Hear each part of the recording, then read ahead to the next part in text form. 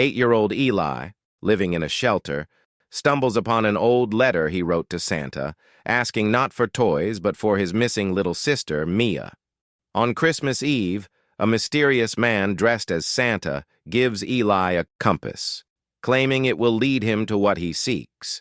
Braving a snowstorm and dangerous streets, Eli follows the compass on a journey filled with challenges and unexpected allies. Will Eli's unwavering belief be enough to reunite him with Mia? And who is the enigmatic Santa who seems to know their every need? The shelter smelled of damp cardboard and stale coffee, a mixture of survival and surrender. Outside, the December wind howled, rattling the single-pane windows as though mocking the thin walls that barely held the cold at bay. Inside, 8-year-old Eli shivered under the scratchy wool blanket he shared with another boy, his breath misting in the air. He stared at the bunk above him, counting the rusty springs poking through the mattress, trying to ignore the hunger clawing at his belly. A faint rustling sound drew his attention. Eli sat up, careful not to wake the boy beside him. The sound had come from under the bed, a faint whisper against the concrete floor. Frowning, he knelt and reached into the shadows. His fingers brushed against paper, a crumpled envelope, yellowed and torn at the edges. Eli pulled it out, his heart quickening as he smoothed the paper against his knees. His name was scrawled on the front in his own wobbly handwriting. He hadn't seen this in nearly a year. The letter to Santa. His chest tightened as memories surged back. The previous Christmas had been their first at the shelter, days after his mother disappeared during a chaotic eviction. Mia, his little sister, had clung to him as the world crumbled around them. Eli had written the letter in desperation, asking Santa not for toys, but for Mia to be found and their family to be whole again. He hadn't sent it. What was the point? Santa didn't care about kids like him. Eli unfolded the letter, the words blurry in the dim light. "Dear Santa, please bring my sister Mia back. I'll do anything. I promise I'll be good forever." His breath hitched, and he clenched the paper in his small hands. Outside, the first snowflakes of the evening swirled against the window. Eli's eyes squeezed shut. "Please," he whispered into the freezing air. "If you're real, bring Mia home."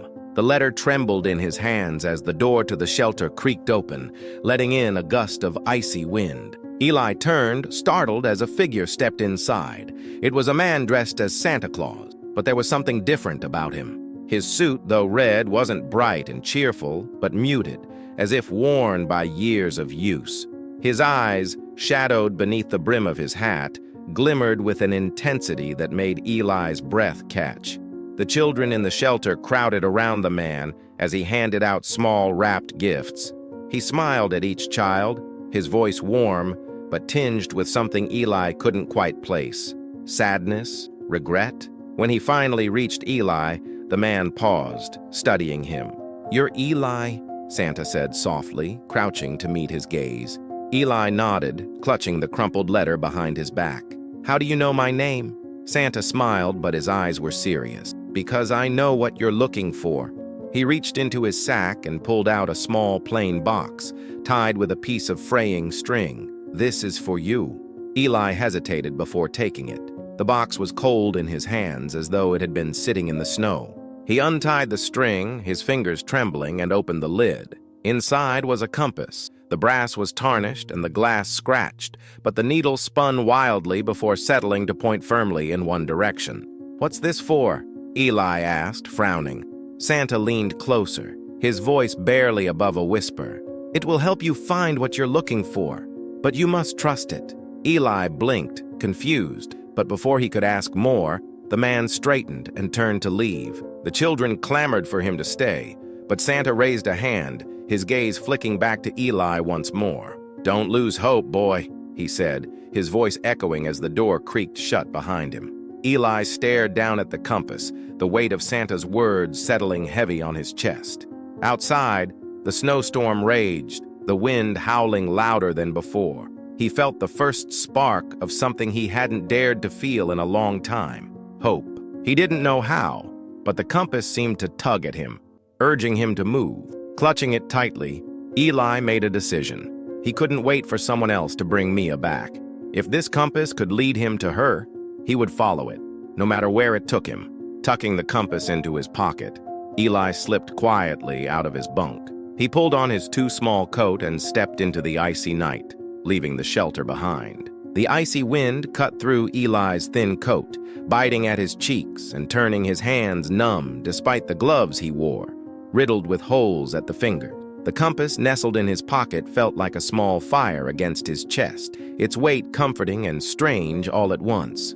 He pulled it out, the needle glowing faintly under the street lamp's flickering light. It pointed unwaveringly toward the east, leading him away from the familiar streets near the shelter and into the unknown. The snow was thick on the ground, crunching under his sneakers with each step.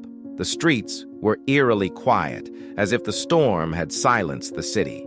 Eli glanced back over his shoulder, half expecting someone to call him back, but the shelter was out of sight, swallowed by the swirling snow. He tightened his grip on the compass. Mia was out there. She had to be. Ahead, a mangy dog darted across the street, its ribs showing through its patchy fur. It stopped and stared at Eli with wide, cautious eyes, its tail wagging once before it darted into an alley. Eli hesitated, the compass needle twitching slightly as though urging him to follow. "You want me to go that way?" he muttered to himself, glancing at the compass before stepping into the alley. The narrow space reeked of garbage, the snow turning slushy under his feet. The dog stopped several paces ahead, looking back as though waiting for him. It let out a low whine, and Eli quickened his pace, his heart pounding. "Hey, wait up!" he called, his voice muffled by the storm. The dog led him through a maze of alleys, weaving between frozen dumpsters and darkened doorways. Every so often, the compass needle would spin erratically before settling again, always pointing in the direction the dog seemed to instinctively know. Eli followed, his breath clouding in the freezing air. But as he emerged from the final alley, his stomach dropped. He was back in front of the shelter. "No," he whispered, staring at the building, its worn signs swaying in the wind. "This can't be right." The dog whined again, brushing against his leg. It wasn't leading him in circles, was it? The compass had felt so sure, so certain. Eli glanced down at it again. The needle pointed east, away from the shelter once more. A door creaked open, and Eli froze. He ducked behind a snowbank as the shelter staff emerged, their voices carrying over the wind. "Where could he have gone? We've looked everywhere." "He's just a kid. If something happens to him..." Eli didn't wait to hear the rest. He darted back down the street, the dog at his heels. The compass seemed to pull at him harder now, as if sensing his desperation. It wasn't long before he reached the edge of town, where the snow-covered streets gave way to an empty field. Eli hesitated, his breath hitching. The compass needle pointed directly across the expanse, toward a cluster of dark trees on the horizon. The dog barked softly, as if encouraging him to keep going. "I hope you're right," Eli muttered, clutching the compass tighter. He stepped into the field, the snow swallowing his feet up to his ankles. The cold was relentless, seeping through his coat and making his entire body ache. With each step, his legs grew heavier, and the trees seemed farther away. His hunger gnawed at him, a sharp pain that made him lightheaded, but he kept going, his eyes fixed on the compass. Halfway across the field, his foot caught on something buried beneath the snow. He stumbled, falling hard, the impact rattling through his bones. The dog barked and nudged him with its nose, but Eli couldn't move. Tears stung his eyes, hot against his freezing skin. "This is stupid," he whispered. "I'm not going to find her. I don't even know where I'm going." He sat there for what felt like an eternity, the storm swirling around him. Then, out of the corner of his eye, he saw a faint light in the distance. It was faint, barely more than a glimmer, but it was there. The compass needle pointed directly at it. Eli wiped his eyes and pushed himself to his feet. The dog barked again, wagging its tail, and Eli managed a shaky smile. Okay, I'm going." He trudged through the snow, his limbs burning with exhaustion, until he reached the edge of the trees. The light was clearer now, a warm, golden glow that seemed out of place in the frozen darkness. It led him to an old church, its stained glass windows glowing softly from within. Eli stared at it, his heart pounding. This was it. He could feel it. He climbed the icy steps, his hand trembling as he pushed open the heavy wooden door. Warmth enveloped him immediately, and the scent of candles and pine filled the air. At the front of the church, a figure knelt in prayer, a man in a long coat, his head bowed. But it wasn't the man who caught Eli's attention. It was the small figure curled up on a pew nearby, wrapped in a thick blanket. Her dark curls peeked out, and even from a distance, Eli knew. "Mia," he whispered, his voice cracking. The figure stirred, her small face turning toward him. Her eyes widened, and she sat up, her voice breaking through the silence. "Mia!" Eli's voice broke as he sprinted down the aisle, his sneakers squeaking against the polished wooden floor. The dog darted in ahead of him, tail wagging furiously. Mia slid off the pew, the blanket falling away, and ran toward him, her tiny arms outstretched. They collided in an embrace, both of them trembling, one from the cold, the other from disbelief. Eli held her tightly, tears streaming down his cheeks as he buried his face in her hair. She smelled faintly of soap and something floral, a scent so unlike the stale air of the shelter that it momentarily stunned him. "I thought I'd never see you again," Eli whispered. His voice choked. Mia pulled back, her big dark eyes filling with tears. "I waited for you, Eli. I waited so long. I didn't know how to find you." The priest, who had been kneeling at the altar, stood and approached them. He was a tall, wiry man with kind eyes, his face weathered by years of service. He carried an air of quiet authority, but his expression was soft as he looked at the reunited sibling. "You must be Eli," the priest said, his voice gentle. "I've heard a lot about you." Eli looked up at him, his grip on Mia's hand tightening. "How do you know me? How did Mia get here?" The priest smiled faintly, kneeling to meet Eli's eye level. "A kind stranger brought her here last year. She was alone, scared. She didn't know where you were, but she talked about you all the time. She said you were her hero." Eli swallowed hard, the words hitting him like a punch to the chest. "Why didn't anyone tell me? We've been in the shelter this whole time, just a few miles away." The priest's smile faded, replaced by a somber expression. "I didn't know where you were, Eli. I reached out to the shelters in the area, but the records..." He shook his head. "There's so much chaos in the system, especially for children. It's not right, but it's the truth." Eli's jaw tightened. He wanted to be angry, to shout at the unfairness of it all, but the sight of Mia beside him softened his resolve. She was here now. That was what mattered. "How did you find us tonight?" the priest asked, his gaze flicking to the compass in Eli's hand. Eli hesitated, glancing down at the battered object. "Santa gave it to me," he said quietly. "He told me it would help me find what I was looking for." The priest's brow furrowed. "Santa?" Eli nodded, gripping the compass. "He came to the shelter. He knew about Mia. He knew everything." The priest exchanged a look with Mia, who shrugged, her small face puzzled. "I haven't seen Santa," she said, her voice barely above a whisper. Before Eli could say more, the church door creaked open, letting in a blast of cold air. All three of them turned, but the doorway was empty, the storm outside howling louder than ever. Eli's heart skipped. For a moment, he thought he saw a shadow moving through the snow, but it vanished almost as quickly as it appeared. The dog barked, snapping him out of his thoughts. It tugged at his sleeve, wagging its tail, and Eli realized for the first time how thin it looked, its ribs visible beneath its fur. "Is the dog yours?" the priest asked, eyeing it kindly. Eli shook his head. "No, but it helped me get here. It's like it knew the way." The priest nodded, his gaze thoughtful. Sometimes help comes from the most unexpected places. Eli knelt and stroked the dog's head. "Thank you," he whispered, his voice thick with gratitude. The dog licked his hand and pressed closer to him, as if it understood. The priest stood and placed a hand on Eli's shoulder. "You're both safe now. The storm is too strong for you to go back tonight. You can stay here until morning."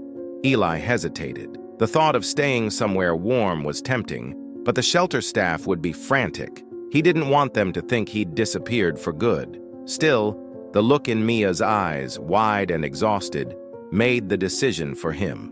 "Okay," he said softly. The priest led them to a side room filled with blankets and a small wood-burning stove. Eli and Mia huddled together on a makeshift bed, the dog curling up at their feet. The warmth was overwhelming, and for the first time in a long while, Eli felt his body begin to relax. Mia's small voice broke the silence. "Do you think Santa really sent you to find me?" Eli looked down at the compass, the needle still pointing east, though now it seemed to quiver faintly, as if resting after a job well done. "Yeah," he said, his voice steady. "I think he did." Mia's hand found his, her tiny fingers wrapping around his palm. "I missed you, Eli." He smiled, squeezing her hand. "I missed you too, Mia." But as his eyes drifted shut, the shadowy figure he'd glimpsed in the storm lingered in his mind. Who had Santa really been? And why had he chosen this moment, this Christmas, to intervene? The morning dawned clear and bright, the storm leaving behind a pristine blanket of snow that sparkled under the weak sunlight. Eli awoke to the gentle crackle of the wood-burning stove and the sound of Mia's steady breathing. For a moment, he let himself savor the warmth and the sight of his sister's peaceful face, her curls tangled around her cheek.